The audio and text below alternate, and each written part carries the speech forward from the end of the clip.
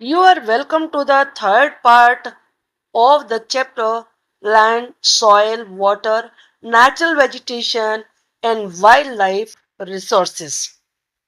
Already I have made two videos of this chapter और आज हम इसका कंक्लूडिंग पार्ट कर रहे हैं जिसमें कि हम पढ़ेंगे natural vegetation and wild life.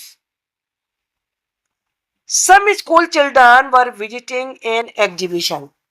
कुछ स्कूल के बच्चे एग्जीबिशन देख रहे थे ऑन हैंडीक्राफ्ट जो कि हैंडीक्राफ्ट के बारे में थी. The articles in the exhibition were collected from different parts of the country.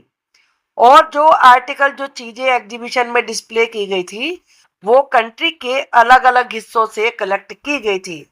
Mona picked up A bag. Mona ने एक बैग उठाया एंड एक्सक्लेम जोर से कहा, this is a beautiful hand bag. ये सुंदर हैंड बैग है. Yes, it is made from jute. ये जूट से बना हुआ है. द टीचर से टीचर ने कहा, do you see those baskets, lamp shades and chairs. क्या तुम वो बास्केट, लैम्प शेड, चेयर देख रही हो? Those are made of canes and bamboos. वो कैन और बैम्बू की बनी हुई हैं. In the eastern and north eastern humid regions of India. India के जो ईस्ट के और नॉर्थ ईस्ट के नमी वाले रीजन हैं, बैम्बू ग्रोज इन प्लांटी. वहां बैम्बू ज्यादा मात्रा में उगता है. Jessie was excited to see a silk scarf. Jessie silk के स्कार्फ को देखकर बहुत खुश थी. See this beautiful scarf. ये सुंदर सा स्कार्फ देखो. The teacher explain, the silk is obtained from silkworm. Silkworm से मिलती है. That are bred on mulberry tree. जिन्हें की मलबरी ट्रीज पर पाला जाता है. ब्रीड का ये पास्ट फॉर्म है ब्रेड. The children understood. बच्चे समझ गए. That plant provide us with many different products. कि प्लांट्स हमें बहुत सारे अलग अलग प्रोडक्ट देते हैं. That we use in our day to day life. जिन्हें हम अपने डे टू डे लाइफ में यूज करते हैं. Natural vegetation and wildlife exist only in the narrow zone of contact between the lithosphere, hydrosphere and atmosphere. Lithosphere, hydrosphere और atmosphere के बीच में जो नैरो जोन है कांटेक्ट का, नेचुरल वेजिटेशन और वाइल्ड लाइफ उसी में मौजूद हैं और इसे हम कहते हैं biosphere. In the biosphere living beings are interrelated. जो बायोस्फीयर है उसमें जीवित प्राणी एक दूसरे से जुड़े हुए हैं एंड इंटरडिपेंडेंट, एक दूसरे पर निर्भर हैं on each other for survival, जीवित रहने के लिए. This life supporting system is known as ecosystem. जिंदगी को सपोर्ट करने वाला ये सिस्टम ही इकोसिस्टम कहलाता है. Vegetation and wild life are valuable resources. Vegetation plants को कहते हैं, आप जानते हो. और वाइल्ड लाइफ जो जंगली जानवर होते हैं, किसी भी प्रकार का कोई भी क्रिएचर है जो वन में रहता है वो वाइल्ड लाइफ कहलाता है. वो वैल्यूएबल रिसोर्सेज हैं. Plants provide us with timber. Plants हमें इमारती लकड़ी देते हैं. टिम्बर कहते हैं जो बिल्डिंग में यूज होने वाली वुड होती है. Give shelter to animals. Animals को होम देते हैं. Produce oxygen we breathe. जिस ऑक्सीजन में हम सांस लेते हैं उसे प्रोड्यूस करते हैं. Protect soil. और सॉयल को सुरक्षित रखते हैं. सो इसेंशियल फॉर ग्रोइंग क्रॉप्स. जो कि क्रॉप्स उगाने के लिए इतनी आवश्यक होती है. इसेंशियल का मतलब जरूरी होती है. Act as shelter belt. Shelter belt के रूप में काम करते हैं. Help in storage of underground water. और जमीन के नीचे जो पानी है उसे स्टोर करने में हेल्प करते हैं. Give us fruits, nuts, latex. और हमें फ्रूट्स, नट्स और लेटेक्स, टर्पंटाइन ऑयल जिसे तारपीन का तेल कहते हैं, gums, medicinal plants and the paper, ये सारी चीजें देते हैं। That is so essential, essential का मतलब है जरूरी, नेसेसरी फॉर अ स्टडी, जो हमारी स्टडी के लिए इतने जरूरी होते हैं। देर आर इन्यूमरेबल, इन्यूमरेबल का मतलब उनकी आप गिनती भी नहीं कर सकते। Countless usages of plants, plants के असंख्य प्रयोग हैं। And you can add some more, और तुम्हें उसमें और भी जोड़ सकते हो। Wildlife includes, wildlife में क्या क्या होता है? Animals, birds, insects, as well as the aquatic life form, जो पानी में मिलती हैं, जो जीवन लाइफ वाटर में रहता है, ये सब वाइल्ड लाइफ में आते हैं। दे प्रोवाइड अस मिल्क, हमें देते हैं मिल्क, मीट, हाइड्स यानी कि स्किन, खाल, वूल, इंसेक्ट लाइक बीज, और जो बीज जैसे इंसेक्ट होते हैं, provide us with Honey, Honey देते हैं हमें। Help in pollination of flowers, flowers के पोलिनेशन में, पोलन ग्रेन्स को एक जगह से दूसरी जगह ले जाने में हेल्प करते हैं। Have an important role to play at decomposers in the ecosystem, और इकोसिस्टम में डीकम्पोजर के रूप में बड़ा इंपॉर्टेंट रोल प्ले करते हैं। The birds feed on insect, कैसे? बर्ड्स इंसेक्ट को खाती हैं। An act at decomposer as well, और डीकम्पोजर के रूप में काम करती हैं।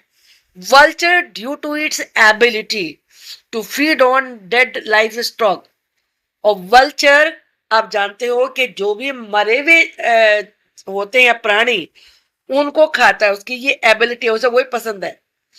इजी स्कैवेंजर, तो वो एक स्कैवेंजर यानी कि सफाई कर्मचारी के रूप में काम करता है। And considered a vital cleanser of the environment, और उसे एनवायरनमेंट का बहुत जरूरी सफाई करता कह सकते हैं। क्लींजर का मतलब जो क्लीन करे, क्लीन करता। सो एनिमल्स बिग और स्मॉल, एनिमल चाहे स्मॉल हो चाहे बिग हो, all are integral to maintaining balance in the ecosystem, ecosystem में बैलेंस बनाए रखने के लिए बहुत जरूरी है। ये ब्रह्म कमल है जो कि मेडिसिनल हर्ब है, और ये ब्लू किंग फिशर है, इट इज सो ब्यूटीफुल। और ये वल्चर हैं। In the Indian subcontinent were dying of kidney failure, ये किडनी फेल होने से मर रहे थे इंडियन सब कॉन्टिनेंट में। Shortly after scavenging livestock treated with diclofenac, वजह क्या थी कि ये उन वाले एनिमल्स को खा रहे थे जिनको डाइक्लोफेनिक, जो कि एक पेन किलर दवाई है जिसे आप बड़े लोग भी खाते हैं, दोनों की अलग अलग होती है, एनिमल्स की अलग होती है, बड़ों की अलग होती है, लेकिन पेन किलर होती हैं। That is similar to aspirin और इब्रुफेन, इब्रुफेन और एस्प्रिन भी पेन किलर हैं, उनके जैसी एक दवाई है ये। तो उन एनिमल्स को ये दवाई दी गई थी, और उन मरे हुए एनिमल्स को वल्चर ने खाया, और वल्चर की किडनी फेल हो गई। Efforts are on to ban the drug for livestock use, अब एफर्ट्स किए जा रहे हैं कि एनिमल्स के यूज के लिए इन ड्रग्स पर बैन लगनी चाहिए। And breed vultures in captivity, और जो भी वल्चर्स हैं उन्हें ब्रीड किया जाना चाहिए, यानी कि उन्हें पालना चाहिए, सुरक्षा देनी चाहिए। Distribution of natural vegetation, natural vegetation का distribution. The growth of vegetation depends primarily on temperature and moisture, vegetation की ग्रोथ मेन रूप से टेम्परेचर पर और नमी, मॉइस्चर पर डिपेंड करती है। The major vegetation types of the world are grouped as forest, grassland, scrubs and tundra, जो मेजर वेजिटेशन है के प्रकार हैं उनको 4 वर्गों में बांटा गया है। फॉरेस्ट, ग्रासलैंड जहाँ पे घास उगती है, स्क्रब्स और tundra. In areas of heavy rainfall, जहाँ बहुत ज्यादा बारिश होती है, ह्यूज ट्रीज में थ्राइव, वहां बड़े बड़े पेड़ फलते फूलते हैं। द फॉरेस्ट आर दस associated with areas having abundant water supply, इसलिए फॉरेस्ट ज्यादातर उन एरियाज में है जब वाटर सप्लाई ज्यादा होती है। As the amount of moisture decreases, जैसे जैसे मॉइस्चर का अमाउंट, नमी का अमाउंट कम होता है, the size of trees and the density reduces, reduce का मतलब भी कम होना होता है, डिक्रीज का मतलब भी कम होना होता है। तो ट्रीज का साइज और उनकी मतलब वो ज्यादा घने हो, ये कम होने लगता है। शॉर्ट स्टंटेड ट्रीज, जो छोटे छोटे पेड़ होते हैं, एंड ग्रासेस और घास होती है, ग्रो इन द रीजन्स और मॉडरेट रेनफॉल, ये वहां ग्रो होते हैं, उन रीजन में ग्रो होते हैं जहां बहुत ज्यादा बारिश नहीं होती है। Forming the grassland of the world, और ये एरियाज ही पूरी दुनिया के ग्रासलैंड है। जैसे कि यहाँ पे ये ग्रासलैंड दिखाया है और ये फॉरेस्ट दिखाया है। थॉर्नी श्रब्स, थॉर्नी का मतलब कांटेदार झाड़ियां, and scrubs grow in dry areas of low rainfall, जहां पे बहुत ही कम बारिश होती है वहां स्क्रब्स और कांटेदार पेड़ उगते हैं। In such areas plants have deep roots, ऐसी एरियाज में प्लांट्स की बहुत गहरी जड़ें होती हैं। And leaves with thorny and waxy surface, कांटेदार पत्तियां होती हैं और जो सरफेस होता है उनका वो वैक्स जैसा होता है। Reduce loss of moisture through transpiration, और इसकी वजह ये होती है कि ऐसा होने से ट्रांसपिरेशन, ट्रांसपिरेशन प्रक्रिया होती है जिसमें एक्स्ट्रा पानी बाहर निकलता है लीफ से, तो उसकी मॉइस्चर नहीं निकलता है ट्रांसपिरेशन जब होता है उस समय, तो पानी की कमी नहीं होती प्लांट में। Tundra vegetation of cold polar regions, जो कोल्ड पोलर रीजन पे आप जानते हो बहुत ही ज्यादा वहां पे आईसी आईसी है, it is a very cold region, तो वहां टुंड्रा वेजिटेशन होती है। Comprise of mosses and lichens, उसमें मोसिस होते हैं और लीचन्स होती हैं। आप फोटो देख सकते हैं कि ये मोसिस की है और ये लीचन्स की है। Today there are many more people in the world than there were 2 centuries back. 2 century पहले यानी कि 200 years पहले जितने लोग दुनिया में थे अब उससे कहीं कहीं ज्यादा हैं। To feed the growing numbers, इतने बढ़ी हुई संख्या को खिलाने के लिए, फीड का मतलब खिलाना होता है। Large areas of forest have been cleared, जो फॉरेस्ट के बड़े बड़े एरिया थे उन्हें साफ किया गया क्रॉप्स उगाने के लिए। Forest cover all over the world is vanishing rapidly, vanish का मतलब डिसअपियर, गायब होना, रैपिडली तेजी से। जो फॉरेस्ट कवर है पूरी दुनिया में ही बड़ी तेजी से गायब हो रहा है। गायब होने का मतलब जंगलों को साफ किया जा रहा है, पेड़ काट के जमीन घर बनाने के लिए, रोड बनाने के लिए, फैक्ट्रियां लगाने के लिए यूज की जा रही है। There is an urgent need to conserve this valuable resource, इस वैल्यूएबल रिसोर्स को बचाने की बहुत ज्यादा जरूरत है। यहाँ पर ये पेंटिंग दिखाई गई है, a collage of a forest made by school students. इसमें दिखाया है कि फॉरेस्ट लगाएंगे तो तभी हम कैसे बच सकते हैं। Conservation of natural vegetation and wild life, natural vegetation और वाइल्ड लाइफ का कंजर्वेशन उन्हें बनाए रखना। Forest are our wealth, forest हमारी संपदा है। Plants give shelter to the animals, क्यों? प्लांट्स एनिमल्स को शरण देते हैं। And together they maintain the ecosystem, ecosystem को मेंटेन करने में हेल्प करते हैं। Changes of climate and human interference, climate change की वजह से और मनुष्य की उनके जीवन में दखल अंदाजी की वजह से can cause the loss of natural habitats for plants and animals, जो प्लांट्स और एनिमल्स के नेचुरल रहने की जगह है वो खत्म हो रही है। मैनी स्पीसीज, बहुत सारी प्रजातियां हैव बिकम वल्नरेबल, वो मतलब खत्म होने वाली हैं, एंडेंजर्ड हो गई हैं, यानी कि उनका जीवन खतरे में है। Some are on the verge of extinction, और कुछ तो बिल्कुल विलुप्त होने के कगार पर हैं। डिफॉरेस्टेशन यानी कि फॉरेस्ट की कटाई, सॉइल इरोजन, भूमि का कटना, कंस्ट्रक्शनल एक्टिविटीज, निर्माण की गतिविधियां, फॉरेस्ट फायर, जंगल की आग, tsunami, landslide are some of the human and natural factors, कुछ मनुष्य के और कुछ प्राकृतिक कारण हैं which accelerate the process of extinction of the resources. Accelerate का मतलब बढ़ा देना, जो गाड़ियों में एक्सिलरेटर होता है उसकी स्पेलिंग भी ये होती है, जो कि इन रिसोर्सेज के खत्म होने की प्रोसेस को और बढ़ा देते हैं।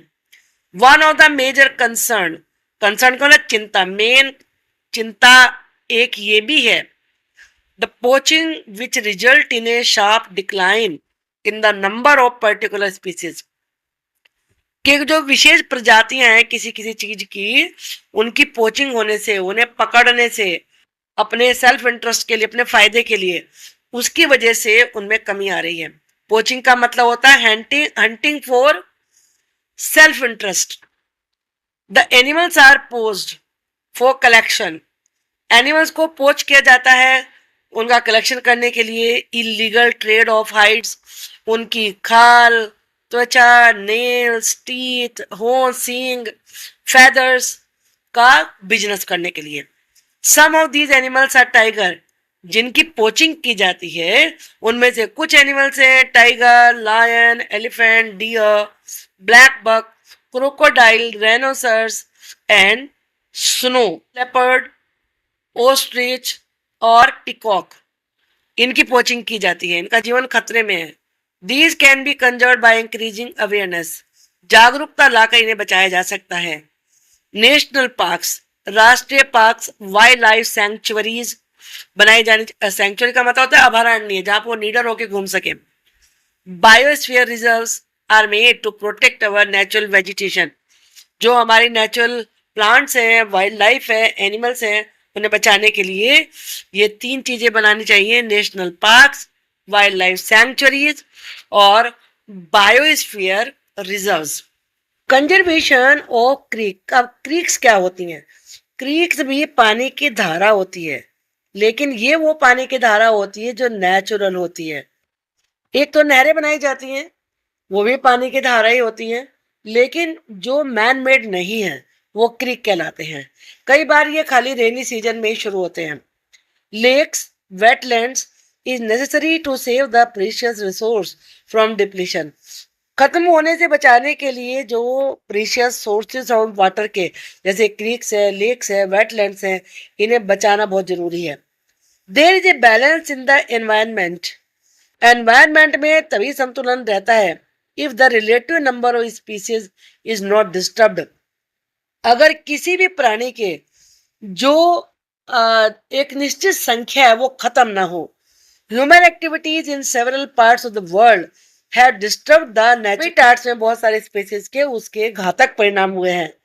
Due to indiscriminate killings, अंधाधुंध मारे जाने की वजह से, several birds, animals, जिन्हें बर्ड्स को, एनिमल्स को मार दिया जाता है, have either become extinct, या तो वो खत्म हो गए हैं, और are on the verge of extinction, या विलुप्त होने की कगार पर हैं। Awareness programmes like social forestry, जागरूकता के प्रोग्राम जैसे कि सोशल फॉरेस्ट्री है, यानी कि सब लोग जंगल में पेड़ लगाएं, वन महोत्सव सेलिब्रेट करें, should be encourage at the regional and community level, इन्हें कम्युनिटी लेवल पर और रीजनल लेवल पर बढ़ावा दिया जाना चाहिए। School children should be encourage to bird watch, school children को बढ़ावा देना चाहिए कि बर्ड्स को देखें। Visit nature camps, nature camps में जाएं, so that they appreciate the habitat of varied species, ताकि वो विभिन्न प्रजातियों के रहने की जगह को अप्रिशिएट कर सके।